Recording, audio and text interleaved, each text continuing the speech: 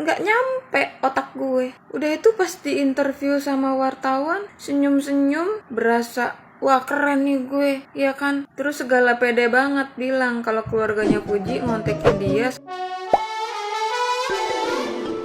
Hola netizen yang tercinta, kisruh permasalahan Marissa Icha dengan keluarga Fuji kian berbuntut panjang. Bahkan imbas berseteru dengan keluarga Fuji, Marissa Icha mengaku mendadak dihubungi oleh Dodi Sudrajat. Awalnya terdapat salah satu netizen yang berbakti berkomentar soal permasalahan Marissa Icha dengan keluarga Fuji. Salah satu netizen yang budiman itu menduga bahwa sebentar lagi Marissa Icha akan bersekongkol dengan Dodi Sudrajat. Seolah tidak mau dianggap pengkhianat, Marissa Icha pun lantas memberikan sanggahannya. Dengan gamblang, Marissa Icha berdalih jika ia mempunyai niat yang buruk tersebut sudah dilakukannya sejak 2 bulan yang lalu, yakni sewaktu Dodi Sudrajat tiba-tiba secara mendadak menghubunginya. Secara terang-terangan, Marissa Icha menyebut bahwa Dodi Sudrajat menanyakan soal keretakan hubungannya dengan keluarga Fuji. Alih-alih memperkeruh suasana, Marissa Icha justru memberikan sangkalannya kepada Dodi Sudrajat. Merasa geram selalu difitnah oleh netizen yang terhormat yang tidak-tidak, Marissa Icha pun memberikan sindiran pedasnya. Jika netizen yang berbakti tidak percaya, diakui Marissa Icha ia meminta publik untuk menghubungi Dodi Sudrajat secara langsung. Mengejutkannya, Marissa Icha bahkan tidak mengetahui dari mana Dodi Sudrajat dapat mengetahui nomor pribadinya. Nah, gimana nih menurut netizen yang maha benar? Silahkan berkomentar ya. Benar, fenomena Fuji ini luar biasa ya di dunia permedsosan, media sosial. Bagaimana karakternya tuh sungguh kuat. Bahkan dia bisa membuat orang-orang itu jadi fanatik terhadap dirinya gitu, terhadap sosoknya. Kayak kita ngelihat dia joget-joget gitu kan, udah bisa jadi viral. Semua produk yang di-endorse jadi viral. Jadi memang luar biasa menurut aku sosok Fuji di dunia permedia sosialan. Sampai ada yang nanya gitu ya, prestasi Fuji itu apa sih? Apa sih yang bikin dia viral? Apa sih yang bikin dia sampai setenar itu? Nah itu prestasinya gitu ya. Prestasinya seorang Fuji yang bikin semuanya tuh, segala sesuatunya tuh bisa jadi viral ya. Kayak dia lip sync lagu jadi viral gitu, endorse produk jadi viral. Begitu kuatnya sosok branding seorang Fuji. Karena sesuatu hal yang menarik itu yang menurut aku menjadi ciri khas dia gitu. Dan itu nggak main-main dan bukan perkara yang mudah. Atau dia juga bukan orang yang ngajakin ribut, suka bikin ribut atau hal-hal yang bermasalah gitu, atau yang kaitannya dengan hal yang negatif, enggak kan? Kayak apa ya, something unik. Dan itu menurut aku prestasi sih, nature, anugerah ya. Dan nggak semua orang bisa mendapatkan privilege itu.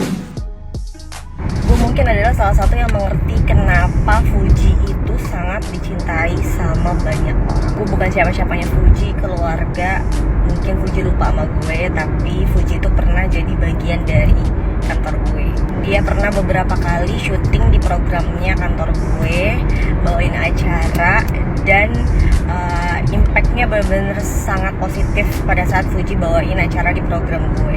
Dari sisi viewsnya tuh naik banget, terus engagementnya juga naik banget. Dan waktu itu kita itu adalah pengen narik beberapa audiens Gen Z ke audiens kita, dan itu tuh salah satunya dari program yang dibawain sama Fuji. Nah Fuji itu tuh salah satu public figure yang menurut gue dia cuek banget, dan dia tuh udah fokus aja sama tujuannya dia.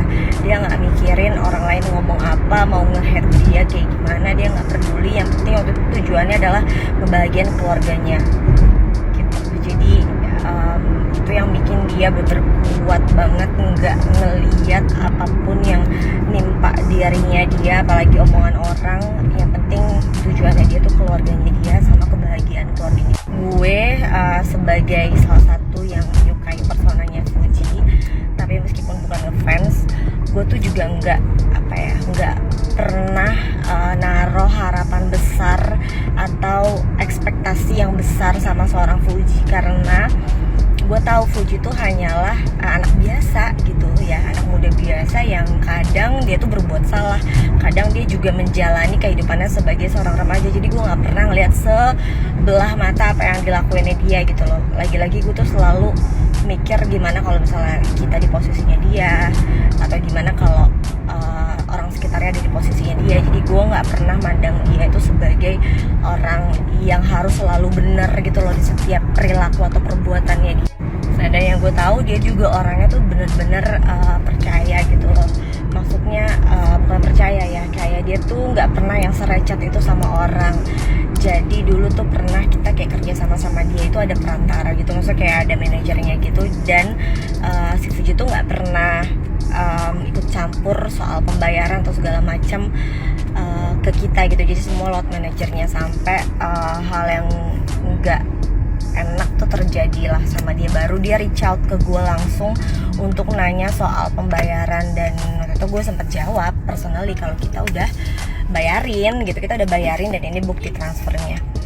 Jadi dia tuh bukan orang yang segitunya peduli atau ngurusin hal yang sebenarnya dia bisa dia bisa percayain itu sama orang kayak gitu, sampai mungkin emang terjadi sesuatu yang dia harus handle langsung kayak gitu. Jadi kalau misalnya kalian menilai seseorang dari hanya sepenggal video, sekutip isi chat dan lain sebagainya tanpa mengetahui keseluruhan cerita, menurut gue itu adalah hal yang tidak dewasa ya, karena nggak akan bisa jelas terbuka atau terlihat sebuah cerita lengkap dari sepenggal video atau kutipan isi chat gitu loh. Lo kan nggak tahu yang terjadi di luar dari isi chat itu apa, percakapan di luar dari isi chat itu kayak gimana, sikap yang ditunjukkan dua belah pihak di luar dari isi chat atau penggalan video tersebut tuh kayak gimana. Jadi menurut gue agak tidak dewasa kalau misalnya lo menilai dari hanya kondisi kayak gitu. Yang jelas semuanya pasti ada sebab jadinya berakibat kayak gini. Jadi nggak mungkin lah tiba-tiba ada omongan yang seperti itu tanpa adanya sesuatu yang men-trigger kayak gitu, paham gak sih? Jadi ya kita doain aja semoga masalah cepat selesai apapun itu. Gue yakin dia tuh orang yang, Fuji itu orang yang yang tough, yang kuat, yang dia tuh siap apapun terjadi di hidup dia loh, karena dia udah kehilangan terbesar, dia udah pernah mengalami kehilangan terbesar di hidupnya. Jadi menurut gue dia udah pasti bisa bisa menghadapi apapun masalah yang bakalan terjadi di kemudian hari sih, apalagi cuma gara-gara kayak gini doang. Semangat Fuji. Dia siapa sih ya? Jujur ya, gue bukan penggemar Fuji, bukan. Cuman ini tuh lucu. Siapa-siapa Fuji, bukan. Ketemu aja nggak pernah. Terus urusan dia sama Fuji nggak ada. Kapasitasnya dia siapa? Nggak ada. Kalau dia ketemu aja sama Fuji nggak pernah, gimana dia tahu Fuji yang sebenarnya? Lagi pula sangkut pautnya sama dia apa? Alasannya dia pengen ngasih pelajaran buat Fuji. Fuji udah lulus sekolah kok, nggak perlu dikasih pelajaran lagi. Alasan ngasih pelajaran karena kasihan sama mantan karyawan dan karyawan-karyawannya Fuji. Dasarnya tuh apa? Lu bukan siapa-siapa, kapasitas lu juga apa, dan lu juga tahu apa. Kalau memang lu kasihan sama karyawan-karyawanya Fuji dan mantan karyawannya itu, ya lu kasih pekerjaan, kasih pekerjaan dia. Bukan malah lu yang tiba-tiba jadi pahlawan kesiangan, terus nyebarin chat pribadi orang, dan chat itu pun juga bukan chat sama lu. Kan nggak nyampe otak gue. Udah itu pas di interview sama wartawan, senyum-senyum, berasa wah keren nih gue, ya kan? Terus segala pede banget bilang kalau keluarganya Fuji ngontekin dia setelah masalahnya itu viral, minta di take down. Itu menurut gue langkah yang baik dari keluarga Fuji, supaya lo gak terjerat kasus hukum. Nah, tambeng kan lo?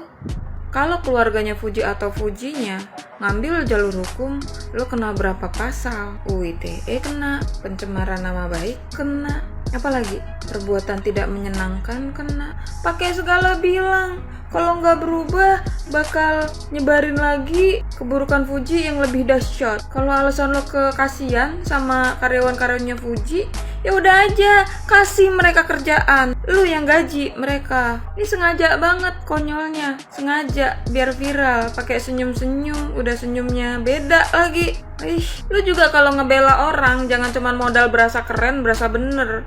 Cari tahu dulu. Suruh tuh mantan karyawannya Fuji kerja di perusahaan atau di bidang produksi kayak garmen dan segala macem, biar dia tahu tuh rasanya diteriak-teriakin bos sampai nyebut-nyebut kebun raya. Tuh udah mah dia salah keluar mendadak mendadak, minta gaji cepet dikeluarin, nggak sesuai tanggal. Kalau di tempat gue kerja atau di perusahaan yang lain yang gue tahu, di kerjaan-kerjaan gue sebelumnya, resign tanpa izin, mendadak, itu gaji nggak dikeluarin. Dan perusahaan berhak untuk nggak ngeluarin gaji karyawan kalau karyawannya nggak mentaati peraturan yang berlaku. Lah ini datang baik-baik, keluar nyelonong begitu aja, minta gaji cepet dikeluarin, umbar-umbar katanya gaji nggak dibayar.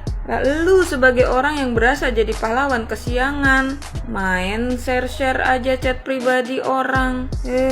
Aduh, ininya tuh bagaimana tahu ya.